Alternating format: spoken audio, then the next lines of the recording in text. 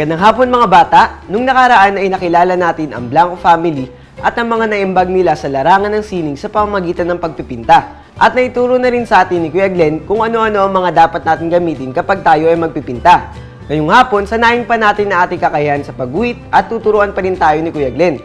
Kaya ihanda na ang ating papel at pangkulay. So, try kayo mag-drawing ng using yung horizontal line. Gumawa tayo ng view sa tabing dagat. Napasyal na ba kayo sa tabing dagat? Opo. Drawing kayo.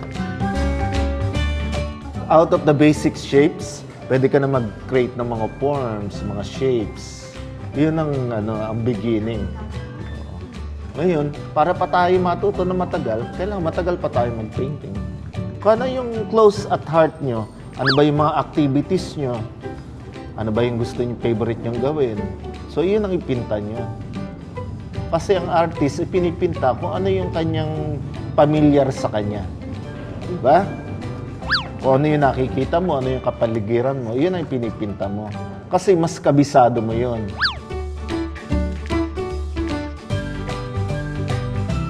Yan, very good. Dagdagan mo pa marami.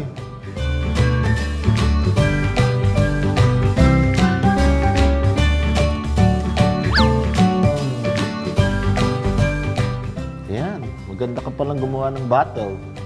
Marunong ka nang gumawa ng bottle. Pag nag-drawing ng mga bottle, halimbawa, base, drawing mo muna yung kalahati. Yung imaginary line niya sa gitna. Pagkatapos, i-drawing mo uli yung kalahati. Yun ang tinatawag na symmetrical.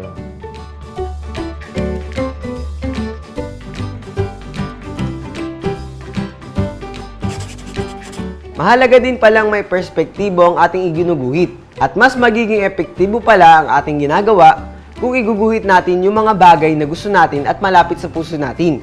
Kaya para sa maraming tips at kaalaman sa pagguhit, samahan niyo ako ulit sa Miyerkules at sanayin ang ating kakayahan sa pagguhit dahil tayo mga batang artistic.